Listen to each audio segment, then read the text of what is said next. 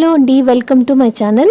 ఒకవేళ ఈ వీడియో మీరు ఫస్ట్ టైం చూస్తున్నట్టయితే ప్లీజ్ మా ఛానల్ని సబ్స్క్రైబ్ చేసుకోండి. అలాగే పక్కనే ఉన్న బెల్ సింబల్ని యాక్టివేట్ చేసుకోండి.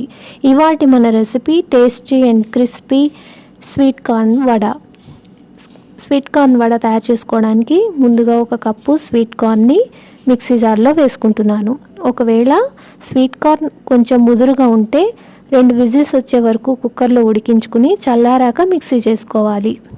ఇప్పుడు ఇందులో 1 అంగుళం ముక్క అల్లం వేసుకుంటున్నాను.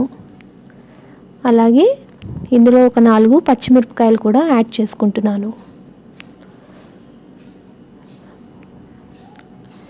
ఇందులో కొద్దిగా 1 చెంచాడు జీలకర్ర వేసుకుంటున్నాను.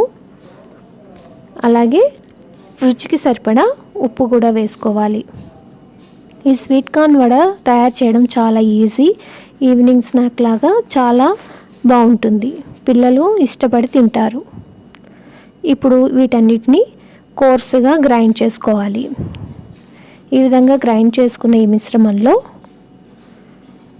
కొద్దిగా గరం మసాలా వేసుకోవాలి. అలాగే కొద్దిగా పుదీనా, కొద్దిగా కొత్తిమీర కూడా వేసుకున్నాను. ఇవన్నీ ఫ్లేవర్స్ చాలా టేస్ట్ని తీసుకొస్తాయి ఈ స్వీట్ కార్న్ వడకి.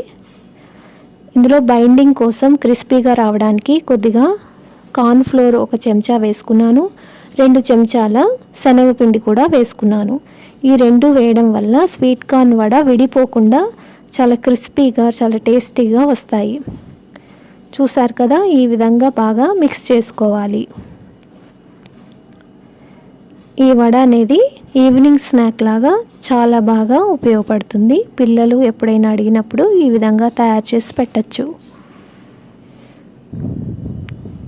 ఇప్పుడు ఇందులో 1 ఉల్లిపాయని నేను సన్నగా తరిగి పెట్టుకున్నాను. ఈ ముక్కలు కూడా వేసుకుని బాగా మిక్స్ చేసుకోవాలి. ఉల్లిపాయలు వేయడం వల్ల క్రంచీగా తినేటప్పుడు మంచి రుచిని తీసుకొస్తాయి.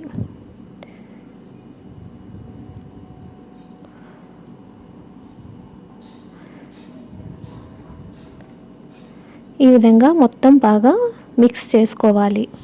ఇప్పుడు కాగిన నూనెలో ఈ విధంగా చిన్న చిన్న వడల్లాగా వేసుకుని గోల్డెన్ బ్రౌన్ వచ్చే వరకు వేయించుకోవాలి.